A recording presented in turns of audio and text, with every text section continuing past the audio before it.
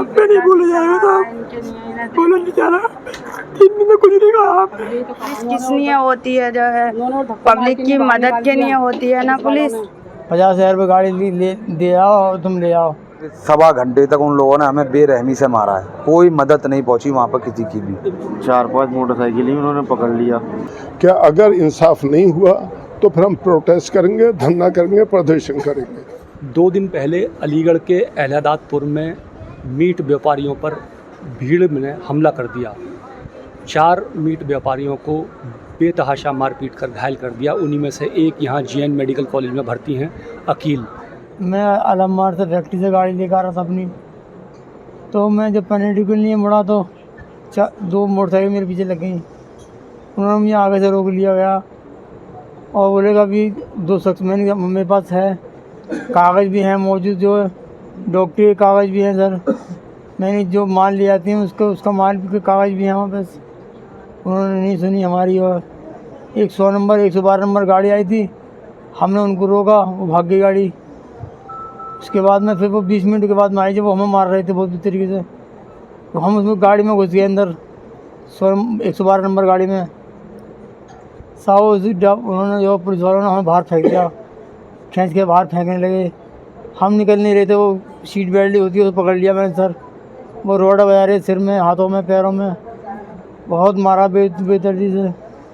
साहब हमें नहीं चाहिए कुछ भी, ना हमें कुछ चाहिए, हमें सारी इंसाफ चाहिए खाली बस। सब में पहले मुझे ले गए मलखान, तब मलखान जो डॉक्टर थे वो कहने लगे साले गाय काटते तुम्हें भी काटेंगे ऐसे ही। मैं साहब हम गाय नहीं काटते हैं, हम तो फैक्ट्री से मीट लेकर आए थे भैंस का, कागज़ भी हैं, मैं ड्राइवर हूँ साहब। मैं तो कहने लगे अच्छा। तो उसके बाद मैं हाथ मोड़ने लगा, वो डॉक्टर था, एक इसमें कर्मचारी था सफाई करने वाला, उसने मेरा हाथ कुछ स्टेशन से बाहर निकाल दिया इसे गेट से तोड़ने के लिए। मैं हाथ खींच लिया जबरदस्ती, मुझे इस तरीके फेंका स्टीचर पे जब गेहूँ की बोरी फेंकते हैं सर। अकील के परिवार वाले हमारे साथ मौजूद हैं। हाँ, मेरे पास पुलिस वालों ने कॉल करी थी, आपका नाम, आप अकील को जानती हैं का नाम है, उनका एक्सीडेंट हो गया, मलखान में ले गए हैं। मैं वहाँ से तुरंत नाम जैसे सुनी मैं तुरंत भाग ली वहाँ से। मैं बस हमें कुछ नहीं चाहिए, खाली बस इंसाफ चाहिए। मेरे बच्चे छोटे छोटे का नाम है, यही कमाने वाले हैं, बताओ का नाम है। फिर मैं कैसे मैं अपने बच्चे को रोज़ का नाम है आना जाना, कहाँ से अपने बच्चों को पेट पालूंगी। बहुत बुरी तरीक़ों से मारा है, हमें कुछ नहीं चाहिए, इंसाफ चाहिए बस। इनके छोटे छोटे बच्चे हैं, बहुत गरीब हैं हम, जो है रोज़ का खाना कमाना, ये रोज़ डेली लाते हैं वहाँ से, बिल भी थे इनके पास, मगर उन्होंने एक ना सुनी। जो है पुलिस के सामने की सारी घटना हुई है, जो है हाथ जोड़े पैर जोड़े, मगर पुलिस ने भी कोई वो ना करा। जो है हमारी उन्होंने तो सर मार के नहीं छोड़ा था, इनके लिए इनके बच्चों का नसीब है जो ये बच गए। जो है इनकी हालत सही नहीं है साहब इसकी, बस मेरे भूल जाएगा।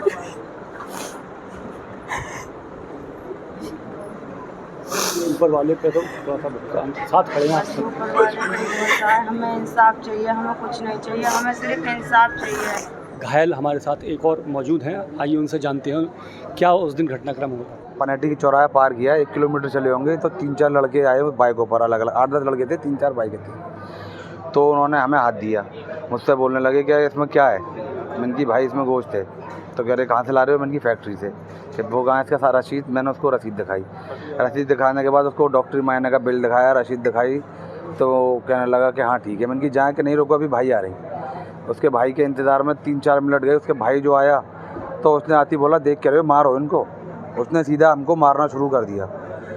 जब मारना पीटना चालू किया उन्होंने, तो वहाँ से पुलिस की जिप्सी गाड़ी जा रही थी, हम उसके पीछे भागे तो वो पुलिस वालों ने गाड़ी को आगे बढ़ा दिया। वो रुके नहीं। 20-25 मिनट के बाद जब तक उन्होंने हमें बहुत मारा, वो जिप्सी आई फिर रोकी उन्होंने, हमारी कोई मदद नहीं कर रहे। फिर 1.25 घंटे तक उन लोगों ने हमें बेरहमी से मारा है, कोई मदद नहीं पहुंची वहाँ पर किसी की भी। इनकी मांग क्या थी, क्या चाहते थे? मांग ये थी, वो हमसे बोल रहे थे कि गऊ कशी बता रही है, इसमें गाय का गोश्त है। इनकी सर इसमें सारी चीज़ें आएंगी बिल में, चाहो तो चेक कर सकते हो। और पैसे मांग रहे थे वो हमसे, कितने पैसे कह रहे थे इसमें पैसे दो, हमें पैसे देकर जाते हैं। हमने कि भाई पैसे का कोई हमारे पास, हमें पैसे जो हैं 50,000 रुपये वो मांग रहे थे, लेकिन इतने पैसे थे नहीं। उन्होंने मारपीट करना शुरू कर दिया हमसे। मोबाइल छीने, पैसे छीने जेबों में से पहले तो, छीनने के बाद में जब माल लगाई उन्होंने, बहुत लठिए और रॉड ही लोहे की। रैपट वाली जिप्सी आई थी, 12 नंबर 112, उस जिप्सी में 1-1.5 घंटे बाद वो उसमें बैठे ही, हम बैठने के बाद में उसमें से ही खींच लिया। पुलिस वाले कह रहे उतरो नीचे, उतरो उतरो उतरो उतरो, तो उतार दिया पुलिस वालों ने। फिर मारा उन्होंने। फिर जब आई थी आधे घंटे पौन घंटे बाद फिर दूसरी जिप्सी जब उन्होंने निकाल के ले गए थे।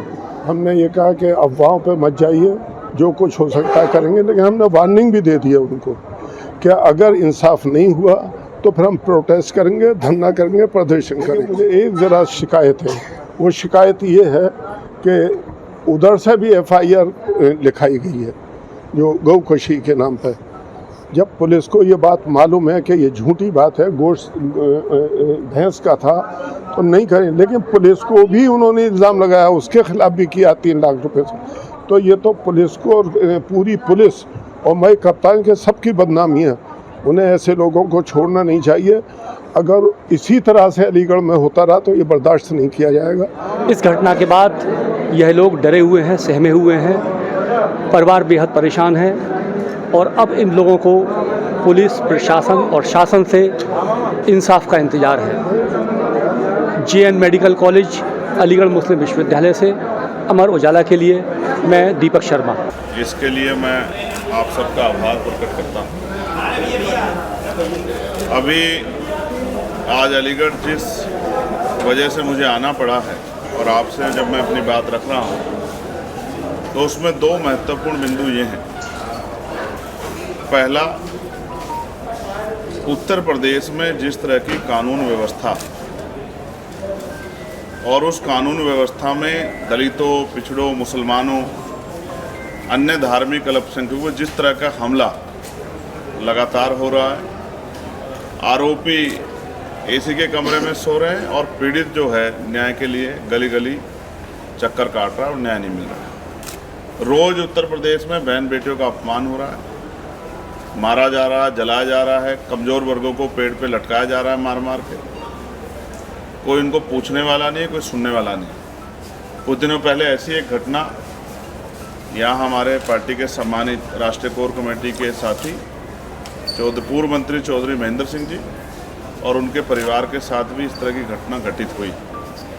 उल्टा किस दबाव में, हालांकि मैं तो ये मानता हूँ कि पुलिस को किसी का दबाव नहीं लेना चाहिए, उनको न्याय संगत काम करना चाहिए। किस दबाव में उल्टा पीड़ित परिवार पर मुकदमा दर्ज कर दिया गया, ये चिंता का विषय था। सीनियर अधिकारियों से हमारी बात हुई, मुझे विश्वास है कि वो बिना किसी दबाव के न्यायपूर्ण कार्य करेंगे और जो झूठे मुकदमे किए गए हैं, चाहे चौधरी महेंद्र सिंह जी या अन्य किसी कार्यकर्ता के खिलाफ, उन मुकदमों को वापस लें, क्योंकि हम अपने कार्यकर्ताओं को अकेला नहीं छोड़ेंगे और ना ही हम इनको किसी तरह का इनके साथ दुर्व्यवहार या किसी तरह की जो है प्रशासन या पुलिस द्वारा कोई इस तरह की कार्रवाई करने की कोशिश की जाएगी तो हम लोग उसका डटकर सामना करेंगे। हम लोग अपनी पार्टी के सभी नेताओं के साथ खड़े हैं। कल अलीगढ़ में जो हुआ वो भी आपसे छिपा हुआ नहीं।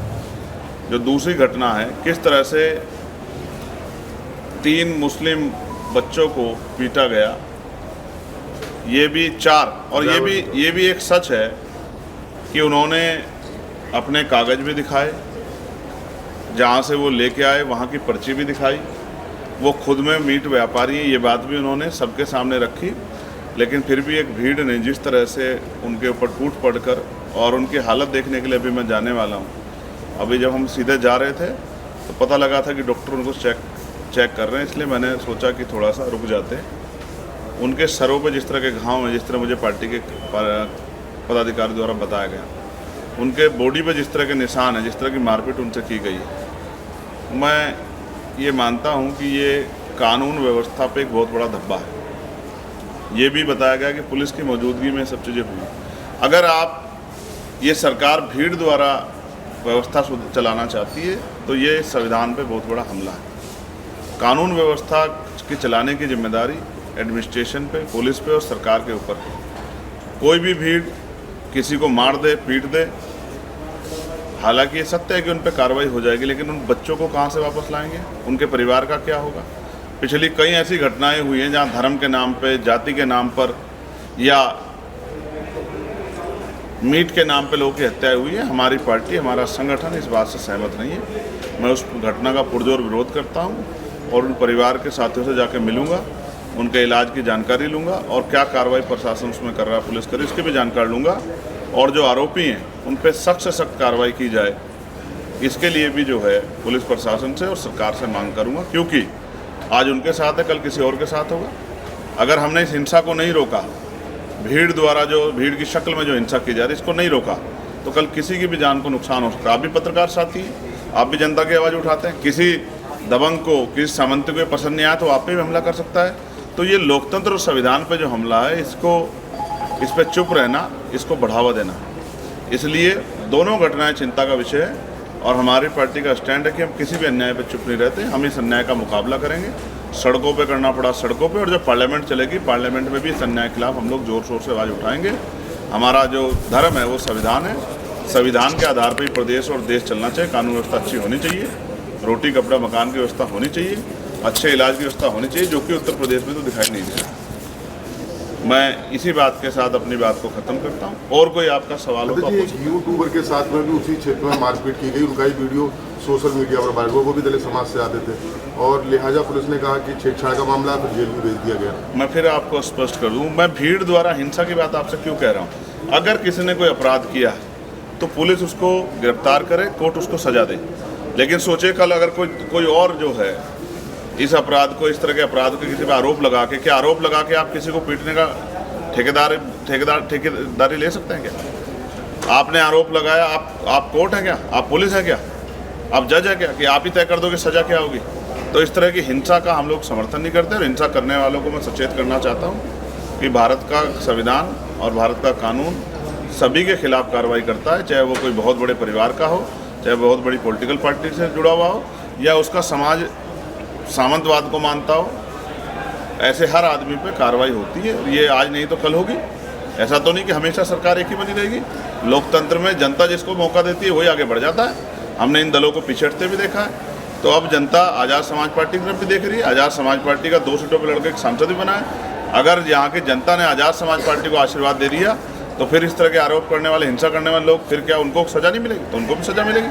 हम कानून को मानने वाले लोग हैं, संविधान को मानने वाले लोग हैं, बहन बेटियों का सम्मान करने वाले लोग हैं, ना किसी इस तरह की घटना का समर्थन करते और ना ही इस तरह की मारपीट को, हिंसा को सही मानते हैं। वरना हम पे भी बहुत बड़ा हजूम है कि हम लोग इस हजूम को लेकर जवाब नहीं दे सकते हैं। लेकिन मैं जिस व्यवस्था को हम लोग मानते ही नहीं हैं, उस व्यवस्था पर हम चलें क्यों?